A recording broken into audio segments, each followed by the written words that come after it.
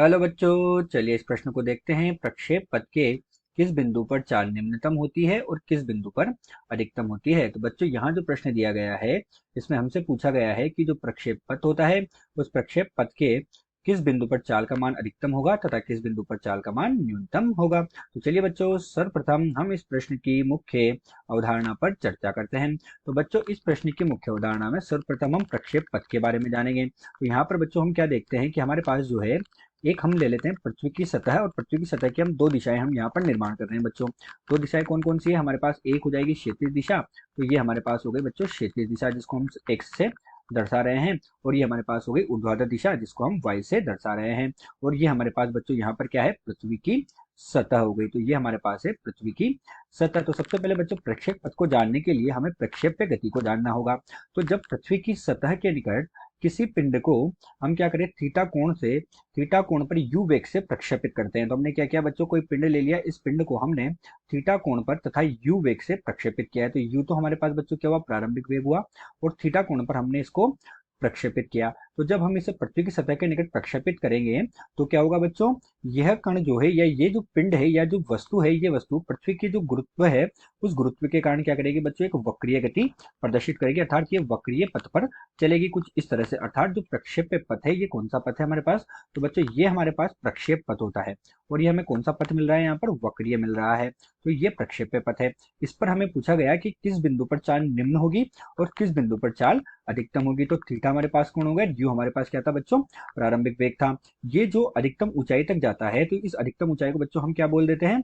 ये अधिकतम ऊंचाई को हम एच से प्रदर्शित करते हैं तथा इसको हम बच्चों महत्तम ऊंचाई बोलते हैं। और हमने माना कि ये पिंड बिंदु ओ पर था तथा ओ डैश पर ये पुनः पृथ्वी पर टकराता है। अब बच्चों हम क्या देखते हैं कि जो प्रक्षेप पथ होता है, इस प्रक्षेप पथ के किसी भी बिंदु पर अगर हम स्पर्श रेखा खींचेंगे तो वो स्पर्श रेखा किसको प्रदर्शित करती है?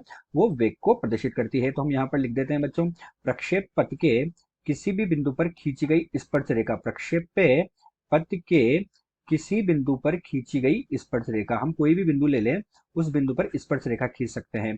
वो किसको दर्शाती है? वेग को दर्शाती है। तो प्रक्षेप्य पथ के किसी बिंदु पर खींची गई स्पर्श रेखा, खींची गई स्पर्श रेखा वेग को प्रदर्शित करती है। क्या करती है बच्चों? खींची गई स्पर्श रेखा वेग को प्रदर्शित करती है। हम क्या करेंगे बच्चों, इस प्रक्षेप पथ पर अलग अलग बिंदु लेंगे और उन पर क्या करेंगे? स्पर्श रेखा खींचेंगे और उससे हम पता करेंगे कि वेग का मान कहाँ अधिक होगा और कहाँ न्यूनतम होगा।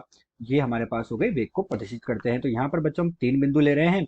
एक बिंदु हमने लिया यहाँ पर, उस बिंदु को मैं मान लेता हूँ पी बिंदु। एक बिंदु लेते हैं बच्चों हम इसकी महत्तम ऊंचाई पर, उसको मान लेते हैं क्यू बिंदु। और एक बिंदु लेते हैं यहाँ पर, उसको मान लेते हैं हम आर बिंदु। अब बच्चों हम क्या करते हैं कि तीनों बिंदुओं पर हम यहाँ पर एक एक स्पर्श रेखा खींच लेते हैं जैसा हमने कहा। तो यहाँ पर हम बच्चों स्पर्श रेखा कुछ इस तरह से खींचेगी। तो हमारे पास बच्चों जो बिंदु पी है इस पर जब हम स्पर्श रेखा खींचेंगे तो हमारे पास वेग जो है इस तरह से प्राप्त होगा। ये एक स्पर्श रेखा वी को दिखाएगी।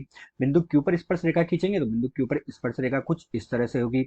ये वी हो गया हमारे पास, अर्थात ये चाल को प्रदर्शित करती है। और बिंदु आर पर बच्चों जब हम स्पर्श रेखा खींचेंगे तो बिंदु आर पर भी हमारे पास स्पर्श रेखा कुछ इस तरह से हमें प्राप्त होगी। ये बिंदु आर पर स्पर्श रेखा प्राप्त हो गई।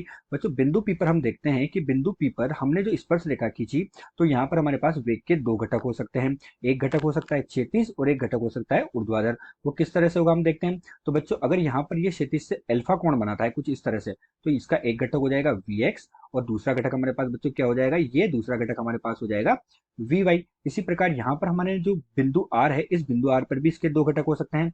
एक घटक हो सकता है वी एक्स और दूसरा घटक क्या हो जाएगा हमारे पास? We Y. तो एक घटक वी एक्स हो सकता है तथा दूसरा घटक हमारे पास वी वाई हो सकता है। और हमने माना ये यहाँ पर भी कोई कोण का निर्माण कर रहा है। लेकिन बच्चों जब हम बिंदु क्यू पर जाते हैं तो यहाँ वी जो होता है ये हमारे पास किसके बराबर होता है? ये वी हमारे पास केवल वी एक्स के बराबर होता है। यहाँ पर हमारे पास वी वाई का मान क्या हो जाता है? जीरो हो जाता है, अर्थात कोई ऊर्ध्वाधर घटक यहाँ पर नहीं है। तो बच्चों हमने मुख्य उदाहरण में क्या देखा कि प्रक्षेप्य पथ के किसी बिंदु पर खींची गई स्पर्श रेखा वेग को प्रदर्शित करती है। और हमने तीन अलग अलग बिंदु लेकर पी क्यू आर लेकर वहां पर वेग को समझ लिया है। अब यहाँ पर बच्चों हम देखते हैं कि हमारे पास जो एक्स दिशा में एक त्वरण है, बच्चों त्वरण होता है वेग में परिवर्तन की दर, अर्थात एक्स दिशा जो क्षैतिज दिशा है उसमें वेग में कोई परिवर्तन नहीं हो रहा, तो ए एक्स का मान जीरो हो जाएगा। और ए वाई जो है बच्चों ये हमारे पास क्या होगा? गुरुत्व त्वरण के बराबर होगा, जो हमारे पास क्या हो रहा है बच्चों? ऋण जी के बराबर हो जाएगा। किसके बराबर हो जाएगा? ऋण जी के बराबर हो जाएगा, नीचे की ओर ये हमारे पास लग रहा है प्रत्येक बिंदु पर, तो ये ऋण जी के बराबर हमारे पास हो जाएगा। यही इस प्रश्न की मुख्य अवधारणा है। चलिए बच्चों, अब हम मुख्य अवधारणा के आधार पर प्रश्न को हल करते हैं। तो अब हम प्रश्न का हल कर रहे हैं यहाँ पर। बच्चों, प्रश्न के हल में हम क्या देखते हैं? प्रश्न के हल में हमसे पूछा गया किस बिंदु पर अधिकतम और किस बिंदु पर चाल न्यूनतम होगी। तो हम क्या करेंगे बच्चों, हम जानते हैं v बराबर हमारे पास क्या होता है, u प्लस ए टी होता है गति के समीकरण से। तो हमारे पास वी एक्स बराबर बच्चों यू एक्स धन ए एक्स टी यहाँ पर हो जाएगा। हमारे पास बच्चों एक्स का मान 0 है, तो वी एक्स का मान बच्चों किसके बराबर हो जाएगा, यू एक्स के बराबर हो जाएगा। अब हम यहाँ से यू एक्स को देख लेते हैं बच्चों। तो हमने क्या कहा, यू वेग से हमने इसको फेंका था, तो इसका थीटा, तो यहाँ पर घटक कौन सा हो जाएगा बच्चों, एक्स दिशा में यू कोस थीटा, तथा वाई दिशा में इसका घटक हमारे पास कितना हो जाएगा बच्चों, यू साइन थीटा हो जाएगा। अर्थात हमारे पास इसका मान किसके बराबर आ गया बच्चों, यहाँ से हमारे पास वी एक्स बराबर हो जाएगा, यहाँ पर वी एक्स का मान बच्चों हम लिख सकते हैं यू कोस थीटा के बराबर। तो वी एक्स का मान तो हमारे पास आया यू कोस थीटा के बराबर। तो हमने एक घटक का मान निकाल लिया। इसी प्रकार बच्चों अब हम यहाँ पर क्या करेंगे, वी वाई का मान निकाल लेते हैं। वी वाई का मान बच्चों वही गति के समीकरण से यू वाई धन ए वाई गुणा टी के बराबर होगा यहाँ से। तो वी वाई बराबर बच्चों हमारे पास कितना हो जाएगा, यू वाई का मान हमारे पास कितना है बच्चों, यू वाई का मान हमारे पास है यू साइन थीटा के बराबर, और ए वाई हमारे पास कितना है, ऋण जी गुणा टी के बराबर हो जाएगा। v बराबर होगा वर्गमूल वी एक्स का वर्ग धन वी वाई के वर्ग के बराबर हो जाएगा यहाँ से। तो v का मान हमारे पास क्या होगा, वी एक्स का वर्ग धन वी वाई के वर्ग के बराबर हमें यहाँ से प्राप्त होगा। तो यहाँ से हम v का मान निकाल सकते हैं, और हम v का मान यहाँ पर ज्ञात करेंगे। तो v का मान बच्चों हमें क्या प्राप्त होगा, v का मान हमारे पास प्राप्त हो जाएगा, वी एक्स कितना है, वी एक्स हमारे पास है यू कोस थीटा के बराबर, यानी u का वर्ग और कोस का वर्ग थीटा धन हमारे पास कितना हो जाएगा, वी वाई का वर्ग, और वी वाई का मान हमारे पास कितना है बच्चों, यू साइन थीटा ऋण जी गुणा टी के वर्ग के बराबर हमारे पास इसका मान है। तो ये हमें v का मान यहाँ पर प्राप्त हुआ बच्चों। अब हम क्या देखते हैं कि उच्चतम बिंदु जो है उस पर हमारे पास क्या हो रहा है। उच्चतम बिंदु जो था, जहां पर महत्तम ऊंचाई थी, वहां पर हमने देखा था बच्चों मुख्य उदाहरण में कि हमारे पास वी वाई का मान क्या था, 0 था। तो उच्चतम बिंदु पर वी वाई का मान 0 है, अर्थात v का मान बच्चों हमारे पास किसके बराबर हो जाएगा, v का मान हमारे पास बच्चों वर्गमूल वी एक्स के वर्ग के बराबर होगा, अर्थात किसके बराबर हो गया, वी एक्स के बराबर हो गया। वी एक्स के बराबर हो गया, अर्थात ये किसके बराबर है, वी एक्स का मान जो है बच्चों हमारे पास यू कोस थीटा के बराबर हो जाएगा। तो ये उच्चतम बिंदु पर हमें यू कोस थीटा के बराबर मान प्राप्त हुआ। अर्थात बच्चों हमने क्या देखा कि उच्चतम बिंदु हम मान रहे हैं, हमने चित्र में क्या माना, उच्चतम बिंदु हमने क्यू माना है, क्यू पर हमें किसके बराबर मिला, यू कोस थीटा के बराबर। अब अगर हम बिंदु पी और बिंदु आर पर इसको ज्ञात करेंगे, तो बिंदु पी पर जब हम ज्ञात करेंगे तो इसके एक्स और वाई दोनों घटक होंगे। जैसे हम यहाँ पर लिख सकते हैं कि बिंदु पी पर इसका एक्स और वाई दोनों घटक हमारे पास आया। तो बिंदु, ये तो हमारे हो गया बच्चों उच्चतम बिंदु क्यू पर। इसी प्रकार जब हम बिंदु पी पर करेंगे, तो बिंदु पी पर हमारे पास क्या हो जाएगा बच्चों, इसके दोनों घटक आएंगे, कोई भी घटक 0 नहीं होगा। तो वी एक्स का वर्ग धन वी वाई का वर्ग, ये दोनों घटक आएंगे। जब हम बच्चों बिंदु किस पर जाएंगे, हमने जो तीसरा बिंदु माना है यहाँ पर वो आर माना है, जब हम बिंदु आर पर जाएंगे तो वहां पर भी बच्चों हमारे पास क्या होंगे, इसके तीनों घटक होंगे, अर्थात वी एक्स का वर्ग और वी वाई का वर्ग, ये दोनों घटक हमारे पास उपस्थित होंगे। अतः हम क्या कर सकते हैं कि हमारे पास जो चाल है वो न्यूनतम कहाँ पर आई बच्चों, वो चाल जो न्यूनतम है वो उच्चतम बिंदु पर आई, और उच्चतम बिंदु हमने क्यों माना है। अर्थात हमारे पास पहले भाग का उत्तर तो हमें मिल गया कि जो चाल है उसका न्यूनतम मान कहाँ होगा बच्चों, चाल का न्यूनतम मान हमारे पास उच्चतम बिंदु पर होगा।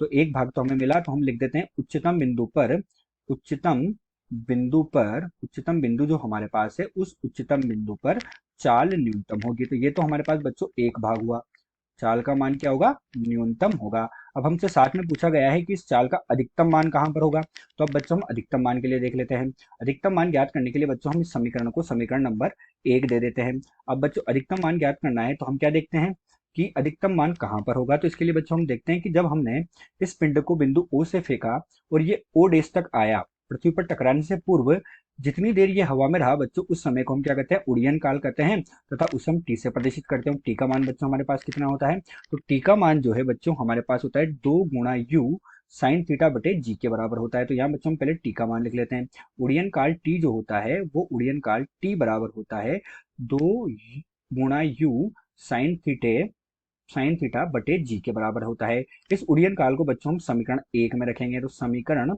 एक से हमारे पास क्या होगा बच्चों, समीकरण एक से हमारे पास v का मान हमें प्राप्त होगा। तो समीकरण एक से v का मान हमें प्राप्त हुआ, और v का मान बच्चों जब इसे हम हल करेंगे रखकर, तो v का मान जो है हमें किसके बराबर प्राप्त होगा, वर्गमूल u का वर्ग इसके बराबर प्राप्त होगा। अर्थात v का मान हमें किसके बराबर प्राप्त हुआ, u के बराबर। तो बच्चों v हमारे पास क्या है, v है हमारे पास टकराने के पश्चात वेग, और u हमारे पास क्या था बच्चों, प्रारंभिक वेग था। अर्थात हमारे पास जो है वी यू के बराबर आया, इसका मतलब ये हुआ कि अधिकतम जो हमारे पास होगी चाल, वो अधिकतम चाल कहाँ होगी बच्चों, यू पर, अर्थात प्रक्षेपण बिंदु पर ही हमारे पास अधिकतम चाल होगी। तो हम कह सकते हैं कि अधिकतम चाल प्रक्षेपण बिंदु पर ही होगी। अधिकतम चाल कहाँ पर होगी बच्चों, प्रक्षेपण बिंदु पर होगी, क्योंकि टकराने के बाद का वेग, अधिकतम चाल प्रक्षेपण बिंदु पर होगी। टकराने के बाद का वेग और पहले का वेग हमारे पास क्या हो गया बच्चों, बराबर आ गया, तो हमारे पास होगी प्रक्षेपण बिंदु पर होगी।